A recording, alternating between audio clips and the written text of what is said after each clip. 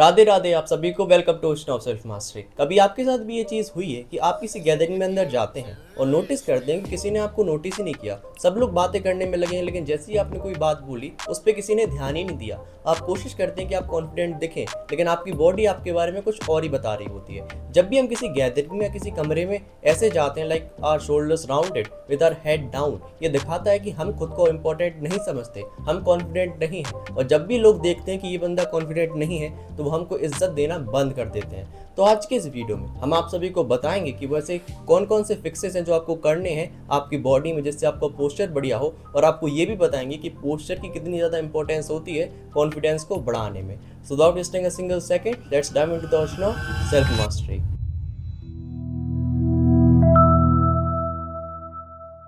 चलिए पहले समझते हैं द पावर ऑफ पोस्चर। अभी आपकी स्क्रीन पे आपको एक फोटो दिख रही होगी। हमें बताइए इन दोनों व्यक्ति में से आपको व्यक्ति कौन सा ज्यादा कॉन्फिडेंट दिख रहा है? किस व्यक्ति से बात करना आप ज्यादा पसंद करेंगे, ए या B?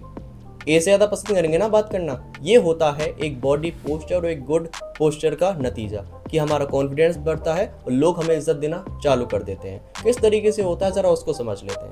The feedback loop, the brain body connection. हम सब समझते हैं कि भाई साहब हम सीधे इसलिए खड़े हैं क्योंकि हमारा कॉन्फिडेंस बढ़ रहा है। सही बात है, लेकिन इन बोथ वेज।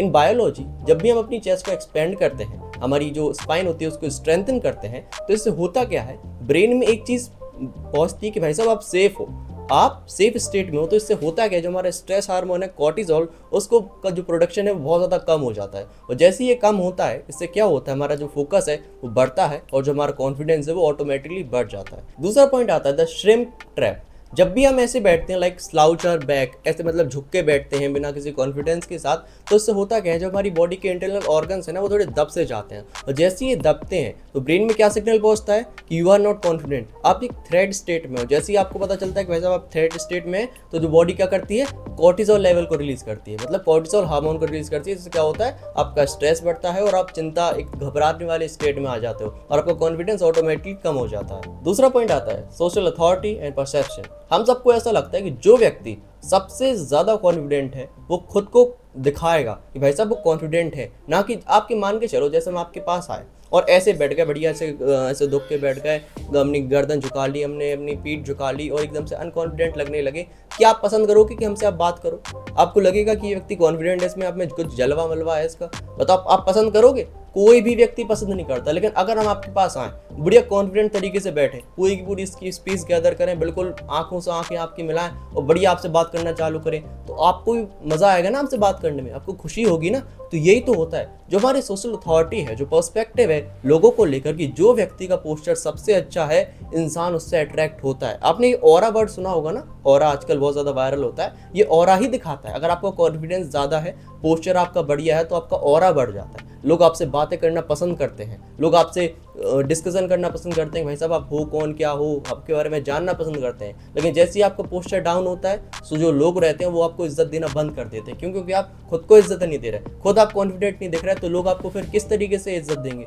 तो खुद को इज्जत देने के लिए आपको बहुत ज़्यादा जरूरी है कि आप खुद को मेंटेन रखें, एक गुड पोस्चर मेंटेन रखें। तीसरा पॉइंट आता है द रेस्पिरेटरी एडवांटेज। मतलब कि हमारी जो बॉडी है, अगर हम स्लाउच होकर बैठेंगे तो क्या है, हमारे जो लंग्स है उन पर थोड़ा बहुत दबाव सा पड़ेगा। लेकिन जब हम सीधे बैठेंगे, एक्सपेंड करके बैठेंगे, तो जो लंग्स है उन पर प्रेशर बिल्कुल नहीं पड़ेगा। जैसे प्रेशर नहीं पड़ेगा, जो ऑक्सीजन लेवल है वो आपकी बॉडी में बढ़ेंगे। क्यों? क्योंकि आपकी लंग्स जो है ना उन पर कोई प्रेशर नहीं है, तो वो अच्छे से ऑक्सीजन लेंगे। और जैसे आपकी बॉडी में अच्छे से ऑक्सीजन पहुंचेगी तो ऑटोमेटिकली आपका ब्रेन अच्छे से काम करेगा। लेकिन जैसे ही ऑक्सीजन का लेवल हल्का सा डाउन हुआ, क्योंकि आप स्लाउच होकर बैठे, लंग्स पे हल्का सा प्रेशर पड़ा, ऑक्सीजन का लेवल हल्का सा कम हुआ, ब्रेन को टेंशन हुई और फिर आपको घबराहट होगी या फिर आपको फालतू की चिंता विंता होगी। तो समझ गए आप सभी की पोस्चर की कितनी ज़्यादा वैल्यू है हमारी लाइफ में, हमारे कॉन्फिडेंस में, हमारी बॉडी में, हमारे ब्रेन में। तो चलिए समझते हैं वैसे कौन कौन से फिक्सेस जो हमें करने हैं इंस्टेंटली अपने पोस्चर में, जिससे हमारा कॉन्फिडेंस बढ़े।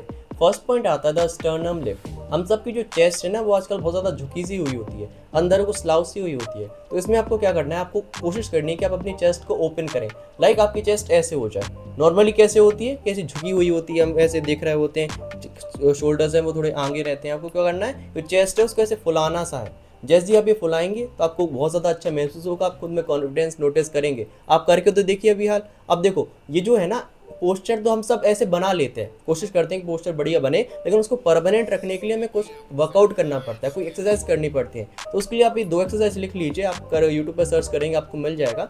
पहला आता है डोरवे स्ट्रेच एंड दूसरा कोबरा स्ट्रेच। जैसे ही आप ये एक्सरसाइजेस रोज करना चालू करेंगे, इससे आपका जो चेस्ट है वो खुलेगी धीरे धीरे और परमानेंटली आपका पोस्चर बन जाएगा। ऐसा थोड़ी करना कि भाई साहब अभी ऐसे बैठे हैं, कर लिया, थोड़ी देर बाद वो ऑटोमेटिकली आपका डाउन हो ही जाएगा। इसको आपको परमानेंटली बनाना है। तो इससे होगा क्या, आपको कॉन्फिडेंस महसूस होगा। और जो वर्कआउट है ना वो रोज करिएगा, ऐसा मत करिएगा कि एक दिन करा फिर 3 दिन छोड़ दिया। कंसिस्टेंसी लाएगा तब आपका पोस्चर बढ़िया होगा। दूसरा, the year and shoulder gap. आजकल जो हमारे शोल्डर्स बहुत ज़्यादा राउंड अप होते हैं, हम सब आगे रखते हैं उन्हें, ऐसे झुके हुए होते हैं। तो इसके लिए आपको क्या करना है, आपको नोटिस करना है, ज़रा शीशे के सामने जाइए और नोटिस कीजिए कि आपके जो ईयर्स हैं और जो शोल्डर है क्या वो एक ही लाइन में है या फिर जो आपके शोल्डर है वो आगे हैं।